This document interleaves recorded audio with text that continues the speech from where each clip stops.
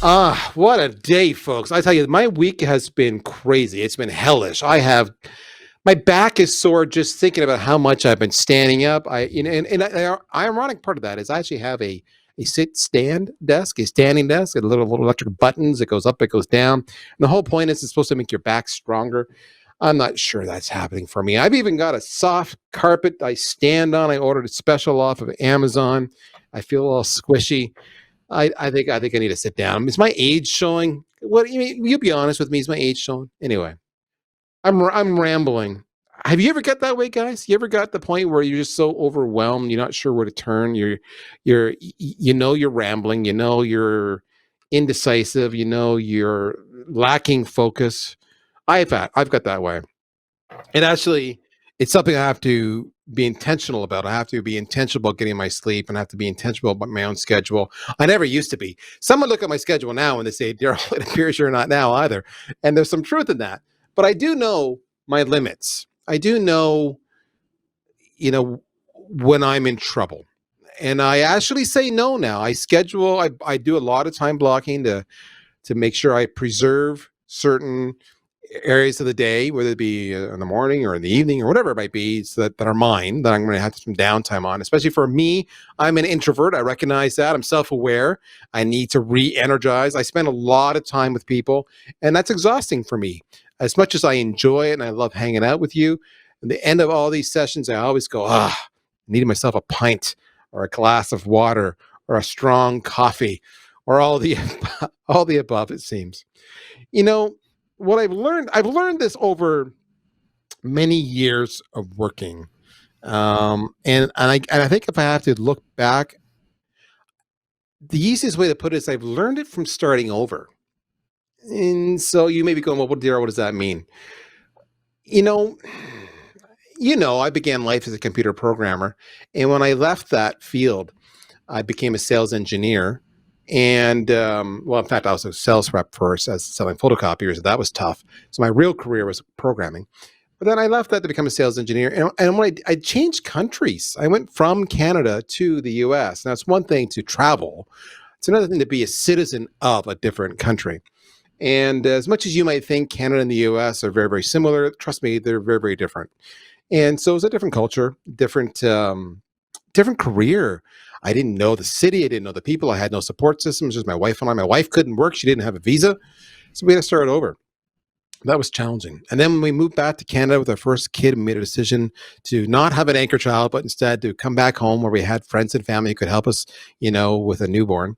And then we made a decision that my wife would stay home for the first several years and stay with the children.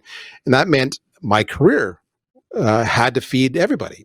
And the only way to achieve that was to make sure I was constantly making more money. So that meant more career changes and that meant more cities. And I changed cities numerous times.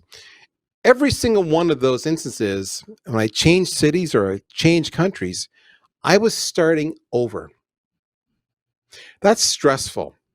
And what's even more stressful is, and I'm going to give you something that sounds very patriarchal here, okay? Very old school, stereotypical, and you can mock me for it and you can chastise me for it. But I felt obligated to provide for my family. So I put undue additional burden on me to make sure that I was achieving the objectives and the milestones and the revenue and the income that I needed to do to provide and grow and continue along that path and that vision we had. So now there's more burden on you. It got to a point actually where I actually had a nervous breakdown. And that happened when I was 31 or 32 years old. You can call it a midlife crisis. I always like to overachieve. I got it in my 30s. And there's something like weeping on a floor uncontrollably because you realize that you're just spent, you're burnt. And after that, I had to start over. At every step along the way in my career, when I've had the biggest success, I always end up starting over. Have you been there? Changed jobs, changed cities, changed vocations. It's stressful. It puts a burden upon you. It puts a burden upon your loved ones who care for you, and and it creates a lot of anxiety. Now, here's the good news. Now that I've really, just made you want to slice your wrist, the good news is that we're never given something we can't handle. Life is funny that way. We may not think we can handle it, but in fact, we can. And we're building upon the skills we've already had. So I was able to move locations and change careers because of the very skills that I had already, developed.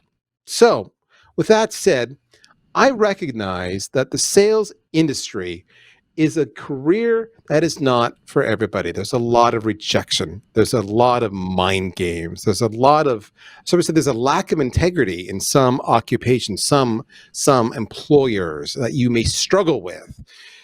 What do you do when you're in that situation? What do you do when life throws you a curveball, especially when life throws you a curveball you didn't expect? How do you start over? It's one thing to choose to start over of your own decision, but how do you start over when it wasn't your decision? Maybe suddenly you're laid off. 2020, that's happened a lot this year. As a night, suddenly you're on the bench. Maybe something happens in life that you didn't anticipate, and boom, here you are. So today's episode, I wanted to hit starting over in sales.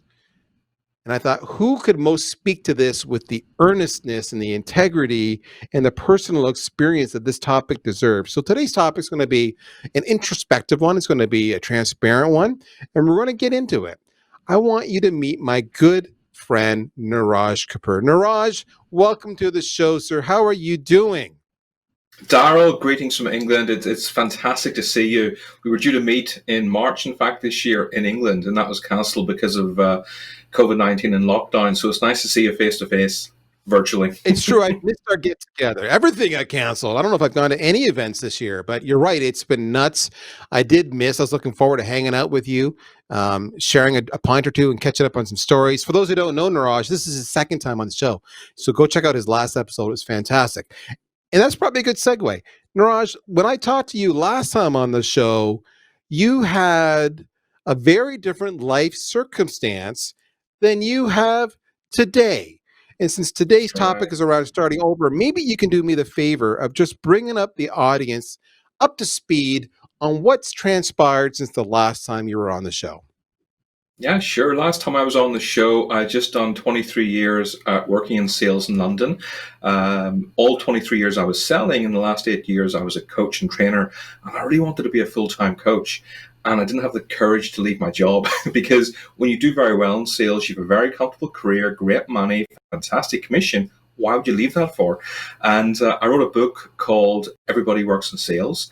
It spent almost 21 weeks in the Amazon Top 100, which I wasn't expecting. It was just a lovely, it was just a fantastic experience. Word of mouth in the book was incredible. So I used those royalties and set my own business up thinking, yes, this is fantastic. I have my own business. It's less stress, more time with my family.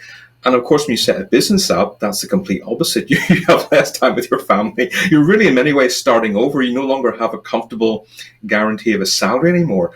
And all of a sudden, I was just thrown into this world, which was very exciting, but kind of really scary. And we met, I think, several months after that. My book came out through our mutual friend, Daniel Disney. And, life...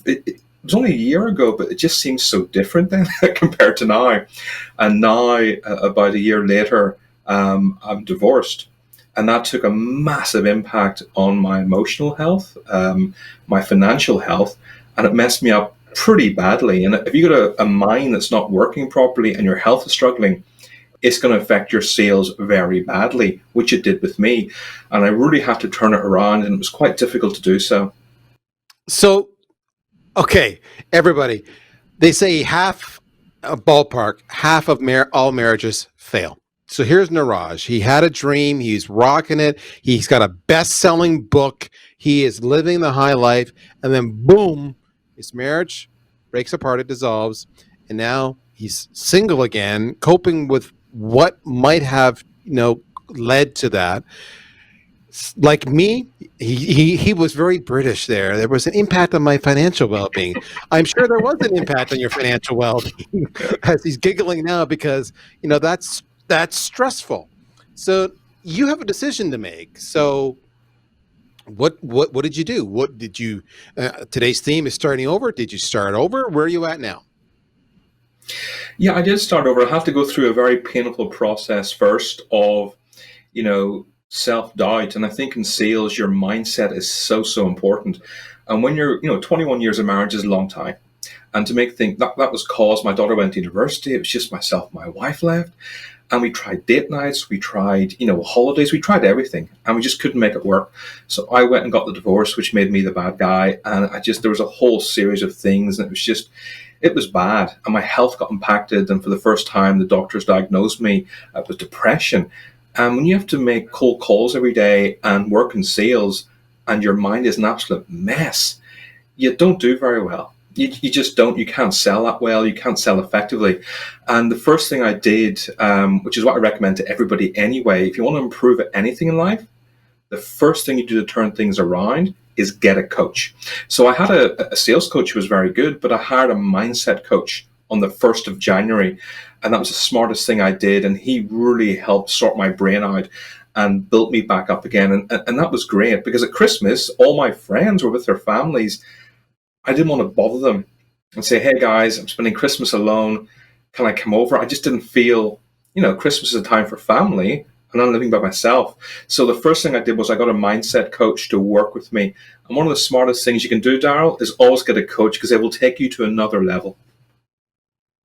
I love that. So here's the thing, right? We talk about this all the time on the show, on the Inside Sales podcast, about how the importance is of coaches, of a sales coach, sales training.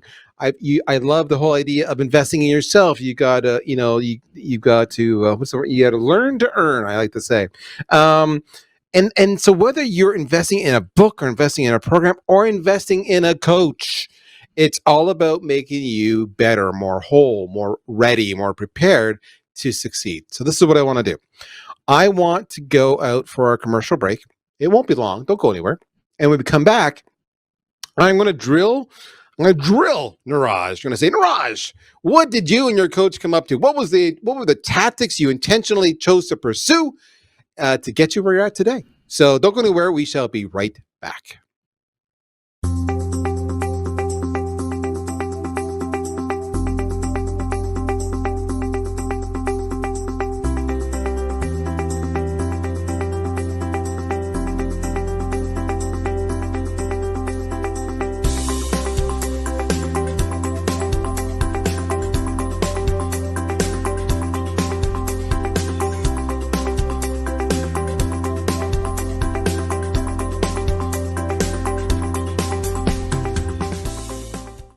Okay, so Niraj, let's get into it now. So you said you had a coach, and you started being intentional about certain aspects as on your road to starting over. And I know when we talked, in the green room, I like to say, you had mentioned a few things that were really interesting to me.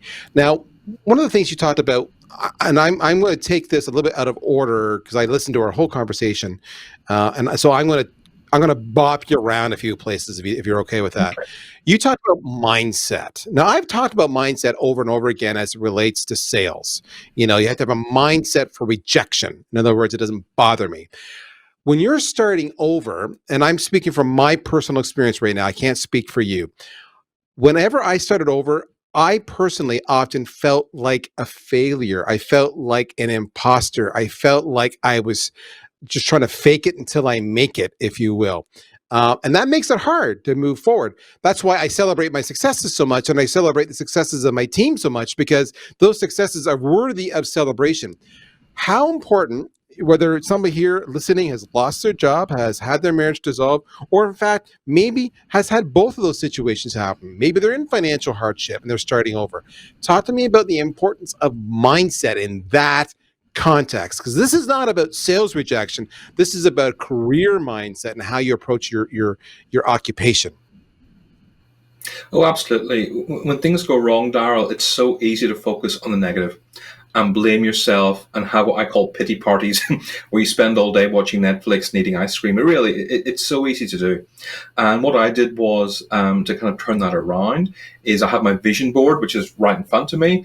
It's got all the charity work I do. It's got pictures of my friends, my family, my daughter, my rock music, all the things that really mean something to me. And I look at that all the time.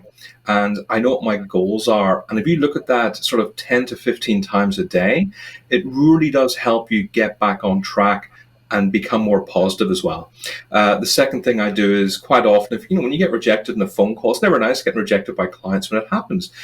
Just go for a walk for 5 minutes. If you're in an office and you can't leave, listen to some rock music or your favorite song for 5 minutes. It will just perk you up, and all of a sudden you get back into what I would call, I guess athletes would call, the zone.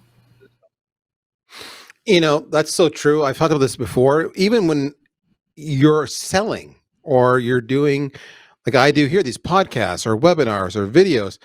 I had a coach for years on this kind of content, and one of the things the coach made a comment to me on was to smile. Smile before you do it. Smile before you dial. Smile before you meet someone. Smile before you get on screen. And I'm one of these guys. I'm like, come on, pish posh, and yet, you smile, and all of a sudden, it does.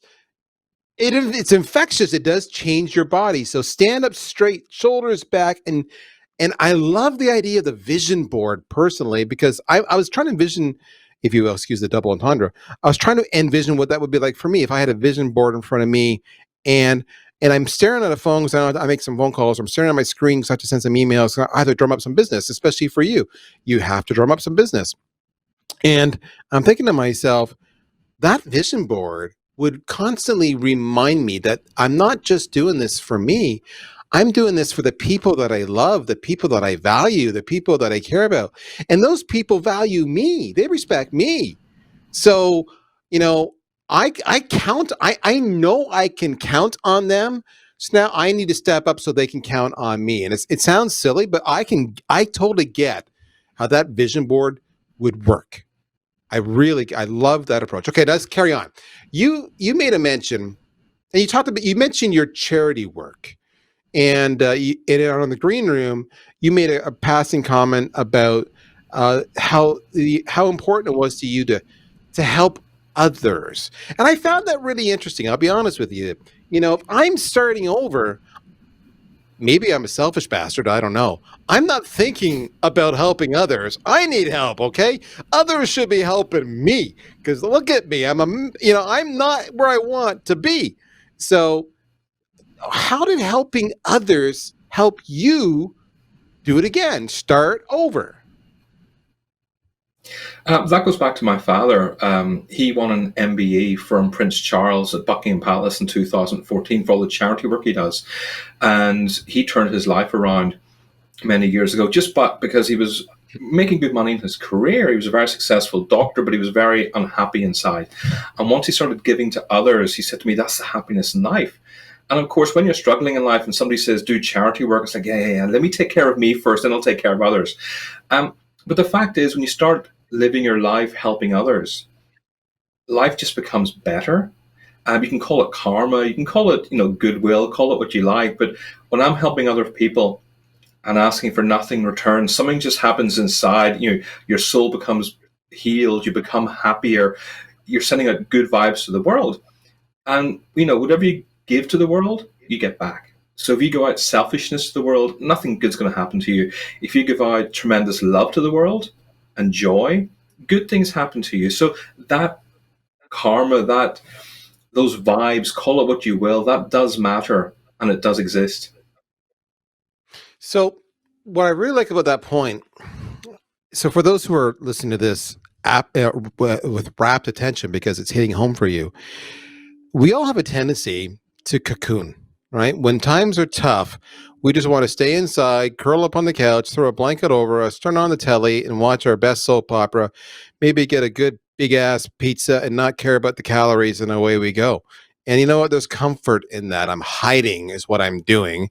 And I'm not dealing with people. I'm not dealing with the conflict. I get it. I have been there so many times.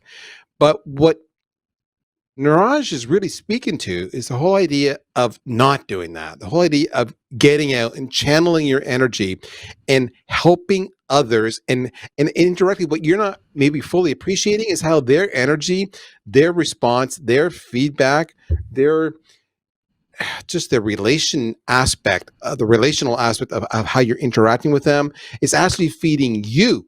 So yes, we start out by helping others, but the reality is it's actually others helping you. And they help you see that there is a tomorrow and there is a new opportunity. And before long, what you see when you're starting over is that there's all this opportunity I really wasn't seeing before, because in my old life, I was seeing what I had in my old life, and I didn't see anything else because I already had what I had. But now I'm seeing there's another place I can go to, and that's kind of interesting. I want to go explore that. So the idea of helping others, I think is such brilliant advice. And don't believe me, there have been every single philosopher and major religious figure, pick your religion, who have all said the exact same. A classic die to self. Die to self. It's really a way of saying help others. It's not about you, it's about them. But again, full circle, if you help them, they help you. So it's a mindset thing. Your vision board was a great example. It was the helping others. You intentionally sought out a coach to walk alongside of you in this journey. And that we barely talked about that, because the coach is that trusted advisor. That's the person you can be vulnerable with. And you made a comment, speaking of being vulnerable, about the importance of authenticity and vulnerability. So talk to me about that, because if it's me, Niraj, I'm thinking, because I am stuck in my own head, well, I can't be vulnerable. People can't see me when I'm weak. I'll never get that job. I'll never get that new client. They need to count on me. They need to trust me. I have to exude strength and confidence. But in fact, I believe you're going to tell me it's the complete opposite of that. So talk to me about your comment about authenticity and vulnerability. Yeah, there's a great belief in this world that to succeed in sales, you have to be macho and you have to crush it and talk big. But the most successful salespeople I know are actually quite humble, very genuine, down to earth people. And, those are the people I guess I gravitate towards as well. And I look at my LinkedIn posts, and I get a bit of business from LinkedIn. I get coaching inquiries because I post content every day. And in January, I had about 3,000 connections.